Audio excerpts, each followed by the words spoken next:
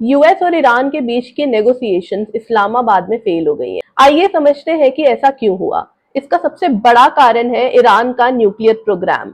US चाहता है कि ईरान जो है यूरेनियम इनरिचमेंट बंद कर दे और ईरान ने इसे मानने से इनकार कर दिया। ईरान का कहना है कि जो उसका न्यूक्लियर प्रोग्राम है वो सिविलियन पर्पस के लिए है। इसके ऊपर मैंने पूरी की पूरी एक वीडियो बनाई है। अगर आप इसे डिटेल से समझना चाहते हैं तो मैं वो लिंक कर दूंगी, आप उसे देख सकते हैं। ये तो था इसका मेन कारण, मगर इसके और भी कुछ कारण थे, जिसमें सबसे पहले आता है ट्रस्ट डेफिशिएट।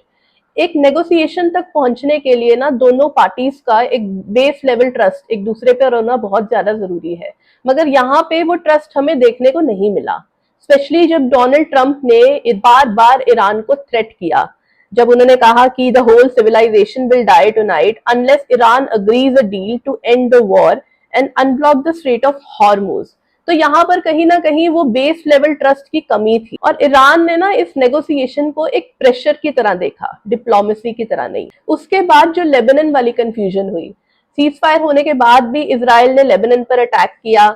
एक तरफ ईरान का कहना था कि जो लेबनान है वो सीज फायर का हिस्सा है, मगर इजराइल का कहना था कि वो सीज फायर का हिस्सा नहीं है। उसके बाद स्ट्रेट ऑफ हॉर्मुज, जो बहुत ही ज्यादा इंपॉर्टेंट रोल प्ले करता है इस नेगोशिएशन के होने में।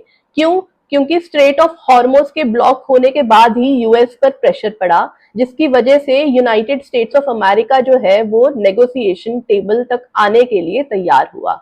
अब यूएस जो है वो चाहता है कि स्ट्रेट ऑफ हॉर्मुज जो है वो इमीडिएटली अनब्लॉक किया जाए, मगर ईरान अभी भी कहीं ना कहीं इसको इस वॉर के लिए एक वेपन की तरह इस्तेमाल कर रहा है। तो ये थे कुछ कारण क्यों ये नेगोशिएशन सक्सेसफुली नहीं हो पाई है। अब देखते ये है कि आगे इस वॉर में क्या होता है। आपकी इसमें क्या राय है, आप मुझे जरूर